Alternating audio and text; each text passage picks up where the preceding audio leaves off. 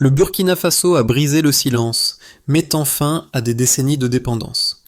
Ibrahim Traoré et ses troupes ont fait une déclaration en acier, remplaçant les promesses vides par des actions concrètes. Dans les rues de Ouagadougou, le grondement des véhicules blindés résonnait, mais ce n'était pas la guerre qui se préparait, c'était un changement, un tournant historique.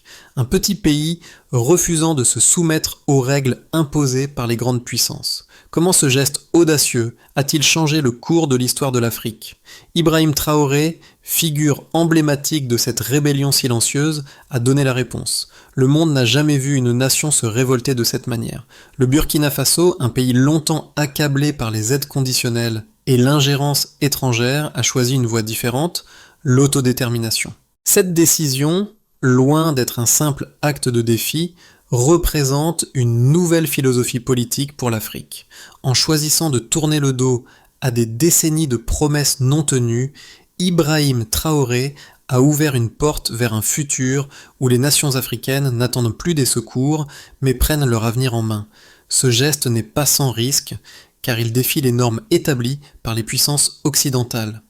Mais au cœur du Sahel, une lumière d'espoir s'est allumée. Les jeunes soldats, les civils dans les rues de Ouagadougou, tous savaient que ce moment marquait le début d'une nouvelle ère. Une ère où l'Afrique ne serait plus l'objet des décisions des autres, mais un acteur clé dans la scène mondiale. Lorsque les premiers convois blindés du groupe Naringo ont traversé les rues de Ouagadougou, le monde n'a pas immédiatement compris la portée de l'événement. Ce n'était pas un simple envoi d'armes, c'était un message lourd de signification. Le Burkina Faso, face à des décennies de négligence, choisit enfin de prendre son destin en main, de se défendre avec ce qu'il avait et de ne plus attendre des solutions imposées de l'extérieur. La livraison de systèmes d'artillerie modernes et de véhicules blindés marquait un tournant historique. Un petit pays sans grandes ressources militaires se dotait d'une puissance stratégique capable de rivaliser avec les grandes nations. Mais l'impact de cette décision va bien au-delà du simple réarmement militaire. C'était une déclaration de souveraineté, une revendication d'autonomie face à un monde qui, trop souvent, avait pris l'Afrique pour une terre d'expérimentation géopolitique. Ibrahim Traoré, loin des grands discours, a fait un choix déterminant. Ce n'était pas un simple besoin d'armement, il s'agissait de restaurer la dignité d'une nation. Les réactions internationales ont été immédiates. À Bruxelles, on a qualifié cet acte de défiant, à Washington, de décision stratégique mal orientée. Mais sur le terrain, les Burkinabés ressentaient un vent de changement. L'Afrique ne devait plus être la réceptrice passive d'aide, mais un acteur qui se faisait respecter par la force de sa volonté et de ses choix. Ce n'était pas une simple manœuvre géopolitique, c'était un acte fondateur de l'autodétermination. Un message clair, l'Afrique n'attend plus que des promesses, elle agit maintenant. Ibrahim Traoré n'est pas seulement un militaire, il est le symbole d'une Afrique qui se redéfinit. Dès son arrivée au pouvoir, il a compris que la véritable indépendance ne réside pas seulement dans la conquête territoriale, mais dans la capacité de se protéger et de se gouverner soi-même. La décision de réarmer le Burkina Faso n'a pas seulement eu un impact militaire immédiat. Elle a envoyé un message fort à l'intérieur du pays et au-delà. L'Afrique peut être forte, non par la dépendance, mais par la solidarité et la capacité à défendre ses propres intérêts. L'effet de cette décision s'est fait sentir sur le terrain. Les premières troupes burkinabées équipées de ces nouvelles armes ne se sont pas seulement vues comme des défenseurs de la patrie, elles portaient un fardeau bien plus lourd. Elles étaient l'incarnation d'un changement profond dans la manière dont l'Afrique allait interagir avec le monde. Dans les rues de Ouagadougou, les civils, souvent impuissants face aux difficultés économiques et sociales, ont ressenti une nouvelle fierté. La volonté de se défendre avec ce qu'ils possédaient donnait à chaque citoyen l'espoir d'un avenir meilleur, d'une Afrique indépendante et forte. La reconnaissance internationale a été lente, mais les peuples du Sahel ont vu en cette initiative une lueur d'espoir. Ce n'était pas seulement le Burkina Faso qui se battait, c'était un signal pour toute l'Afrique. Les pays voisins ont commencé à observer de plus près. Et une question se posait, si le Burkina Faso pouvait se lever, pourquoi pas nous ? L'histoire du Burkina Faso ne peut être comprise sans revenir sur les événements qui ont mené à ce tournant. Après des années de stagnation, où le pays était coincé entre les promesses non tenues des puissances étrangères et une situation interne fragile, le moment décisif arriva dans un silence presque assourdissant. Le Burkina Faso n'attendait plus. Il n'attendait plus que l'Occident envoie des aides conditionnelles. Il n'attendait plus que l'Union européenne et les États-Unis dictent les termes de son avenir. Ce qui semblait être une crise de plus dans la région s'est en réalité transformé en une rupture fondatrice.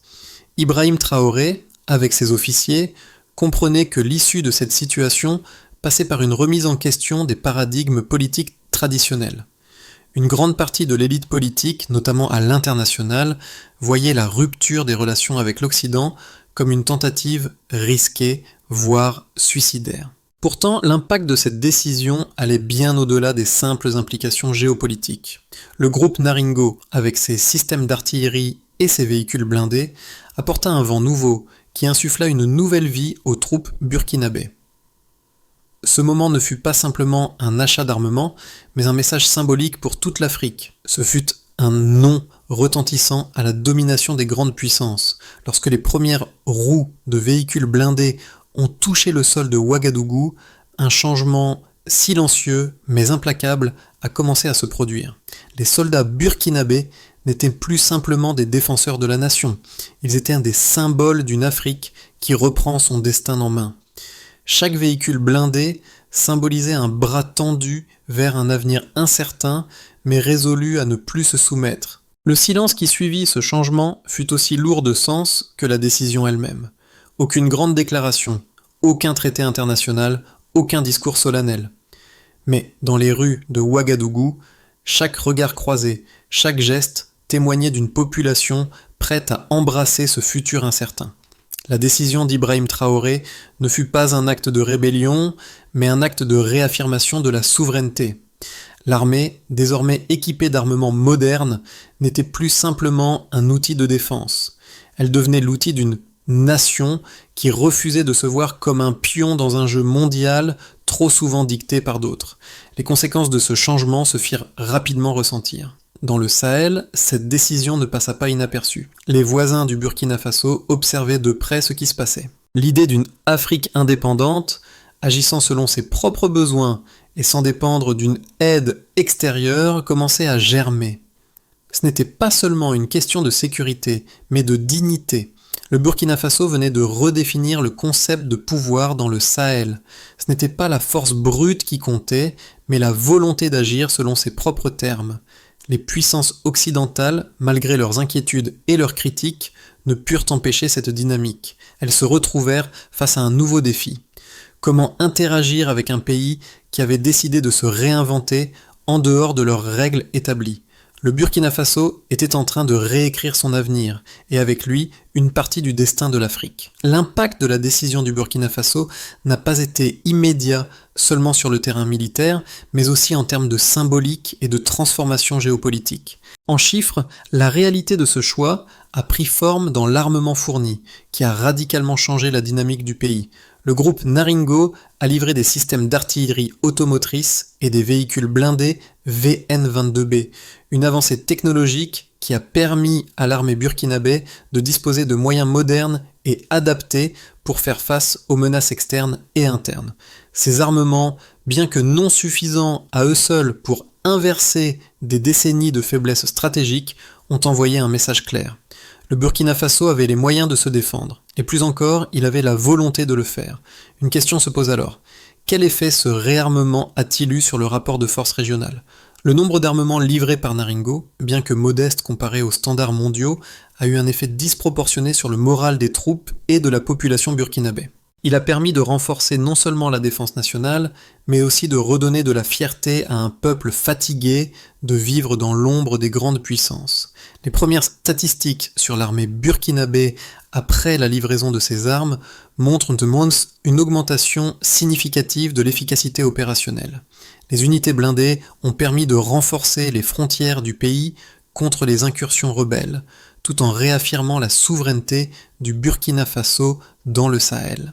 Le gouvernement de Traoré a également annoncé une réduction de la dépendance à l'aide étrangère de 25% dans les 6 premiers mois suivant l'arrivée des armements. Ce chiffre est significatif car il montre non seulement un impact immédiat sur les capacités de défense, mais aussi une volonté de réduire la vulnérabilité du pays aux fluctuations des aides internationales. Dans les rapports économiques du pays, une légère amélioration de la situation a été constatée. Les exportations de minerais, tels que l'or, ont augmenté et l'économie, bien que fragile, a montré des signes d'une résilience accrue. C'est un indicateur que les Burkinabés, même dans un contexte de difficulté, ont pu s'adapter en renforçant leur économie tout en s'appuyant sur leurs propres ressources. En parallèle, l'armée a commencé à organiser des opérations de sécurité plus efficaces, protégeant ainsi les infrastructures essentielles. L'une des conséquences les plus frappantes de ce renforcement de l'armement a été la percée dans les négociations avec les pays voisins du Sahel. Alors que le Burkina Faso se préparait à défendre son territoire, il est devenu un acteur clé dans la réorganisation des dynamiques de sécurité régionale. Avec des armes modernes et un moral renforcé, le pays a rapidement intégré de nouvelles alliances stratégiques, favorisant une plus grande coopération au sein de la région. Ces alliances ne reposaient plus sur des promesses de sécurité provenant de l'extérieur, mais sur la coopération active entre pays partageant des objectifs communs. Les chiffres ne mentent pas. Le choix du Burkina Faso d'agir indépendamment, en refusant l'aide traditionnelle et en investissant dans ses propres capacités militaires, a engendré des résultats mesurables. Ces résultats ne se mesuraient pas seulement en armement, mais aussi en impact sur la perception du pays à l'échelle internationale. Ce n'était plus seulement une question de survie, mais de leadership dans une nouvelle ère géopolitique pour l'Afrique. Dans les mois qui ont suivi la décision audacieuse de Ibrahim Traoré, deux courants de pensée se sont affrontés.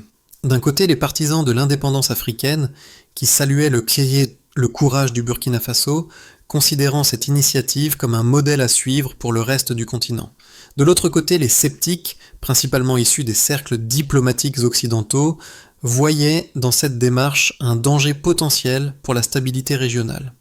Selon eux, un tel acte de défi risquait de créer une instabilité encore plus grande dans une région déjà en proie au conflit. Le premier groupe, celui des défenseurs de l'indépendance africaine, soutenait que le Burkina Faso donnait l'exemple d'une Afrique qui se réapproprie son avenir. Le geste de Traoré ne se limitait pas à un simple affrontement géopolitique. Il incarnait un nouveau type de leadership, fondé sur la résilience et la volonté de se libérer de la tutelle étrangère.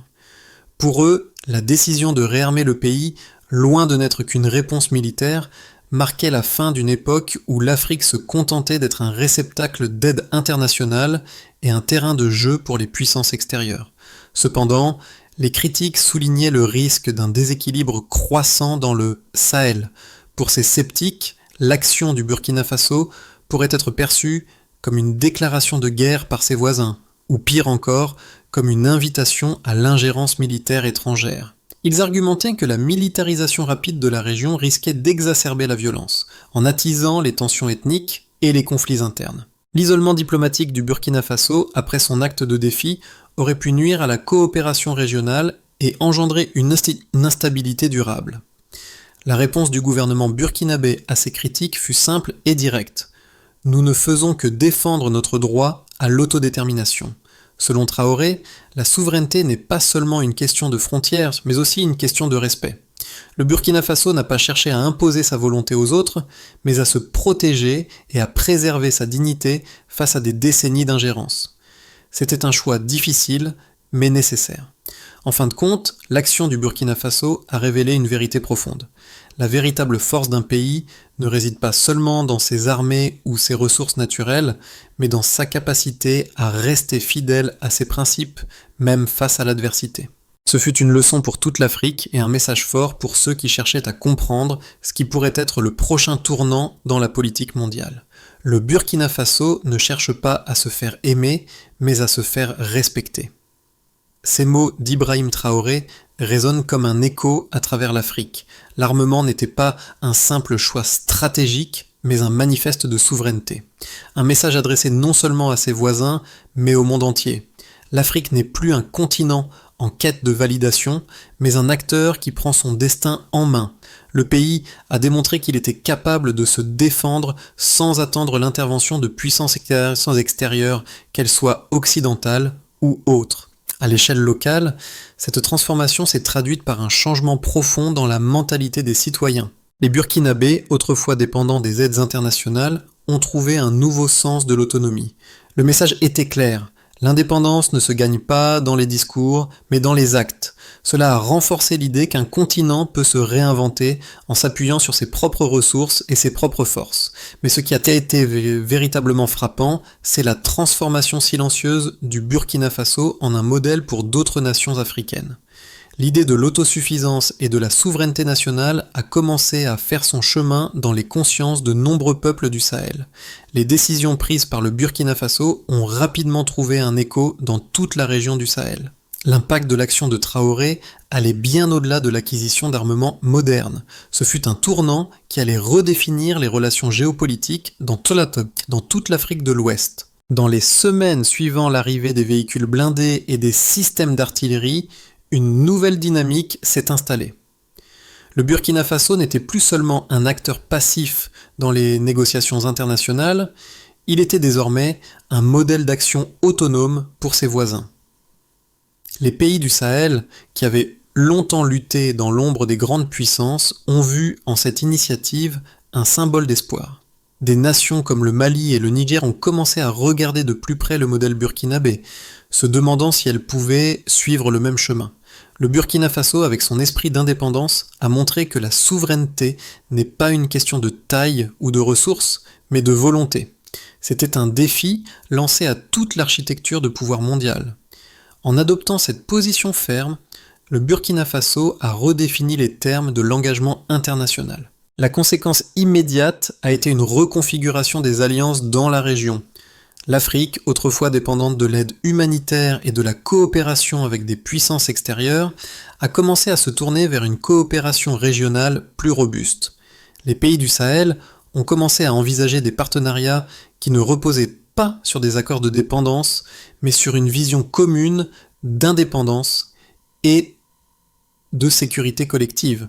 Le Burkina Faso, avec sa nouvelle posture, est devenu un pivot dans cette réorganisation géopolitique. Ce n'est pas seulement au niveau politique que ce changement s'est fait sentir. L'économie a également commencé à en bénéficier. En réduisant sa dépendance à l'aide internationale, le pays a pu investir dans ses propres infrastructures et renforcer sa position stratégique. L'armement moderne n'était pas une fin en soi, mais un moyen de garantir une autonomie accrue, de préserver l'indépendance de la nation et de stimuler des initiatives économiques et locales. Le renforcement de la sécurité a permis un meilleur contrôle des ressources naturelles et a facilité les échanges avec d'autres pays de la région. Le Burkina Faso a ainsi ouvert la voie à une redéfinition du rôle de l'Afrique dans les affaires mondiales. Ce qui semblait être une simple opération militaire s'est rapidement transformé en un catalyseur pour un changement plus large, non seulement pour le Sahel, mais pour tout le continent. Un message fort est passé, les nations africaines ne doivent plus attendre l'autorisation de grandes puissances pour se protéger et pour se développer. Elles peuvent et doivent prendre leur avenir en main. Le Burkina Faso, après sa décision de renforcer ses capacités militaires, se trouve à un tournant stratégique. Plusieurs scénarios sont envisageables pour les 6 à 12 mois à venir, chacun ayant des implications profondes sur la stabilité régionale et les relations internationales. Dans le scénario de base, le statu quo instable, le Burkina Faso, bien qu'il ait renforcé ses capacités de défense, continue de faire face à une pression croissante de la part des puissances occidentales. Ces dernières, préoccupées par l'isolement du pays et la montée en puissance des alliances locales, pourraient chercher à isoler davantage le Burkina Faso diplomatiquement. Cependant, la coopération régionale avec les pays du Sahel pourrait se renforcer, créant ainsi un espace d'autonomie plus large pour le Burkina Faso.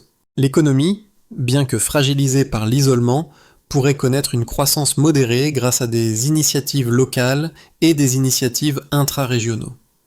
Dans le scénario optimiste, une Afrique unifiée en pleine ascension, l'action du Burkina Faso serait le catalyseur d'une coopération renforcée au sein du Sahel.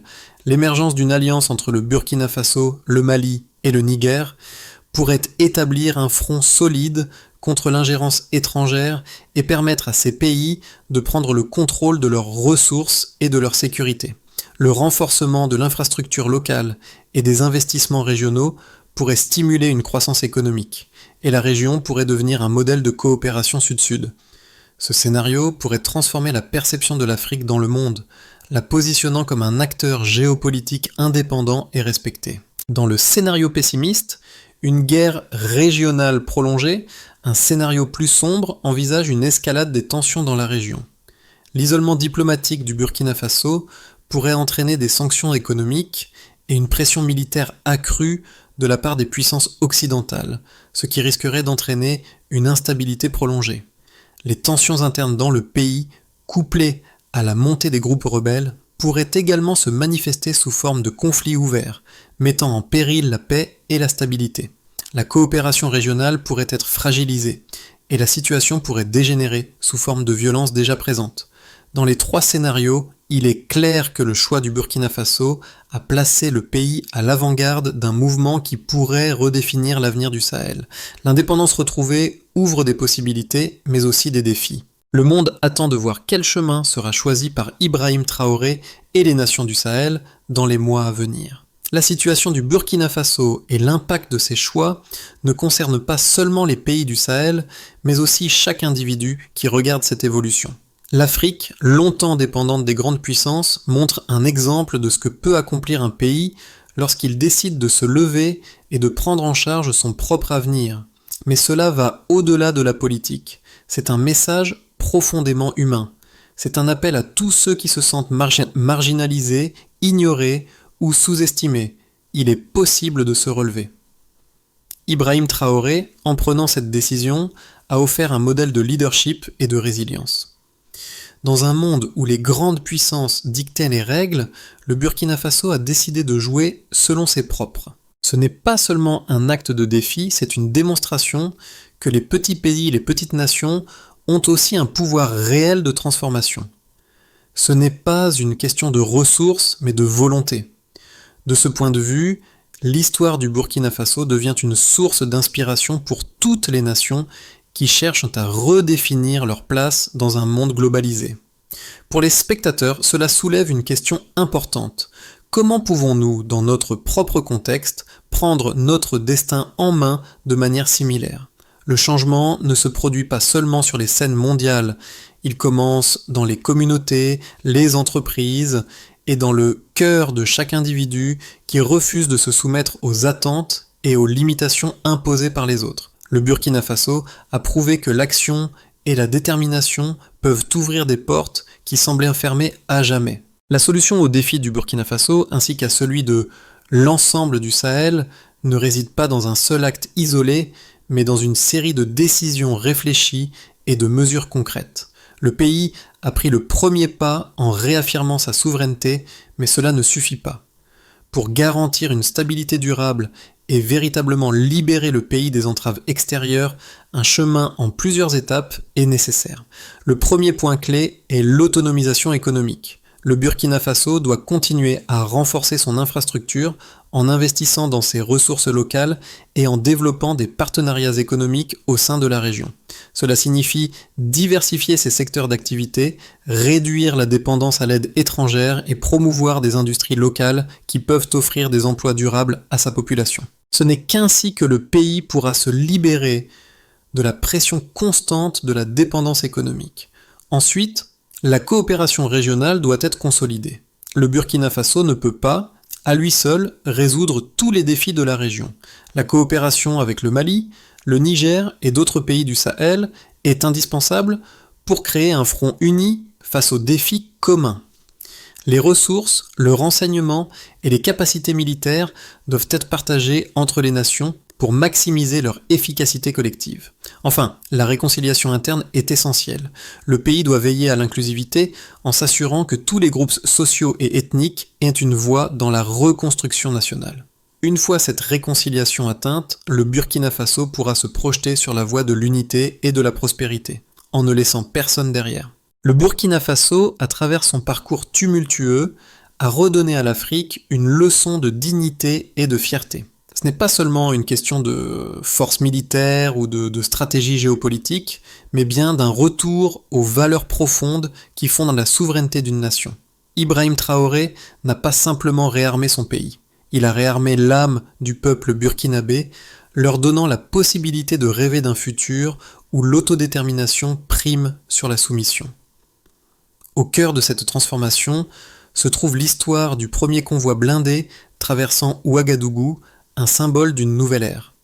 Ce n'était pas seulement un mouvement militaire, mais une déclaration de la volonté d'un peuple à choisir son destin.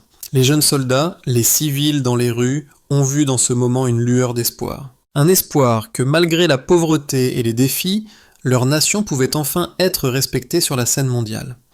Ibrahim Traoré et son peuple ont prouvé qu'on ne peut pas simplement survivre dans un monde où les règles sont imposées.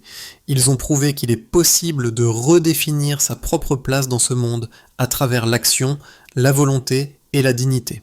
L'histoire du Burkina Faso nous rappelle que la véritable force ne réside pas dans les armes, mais dans la capacité de croire en soi et de défendre ses principes.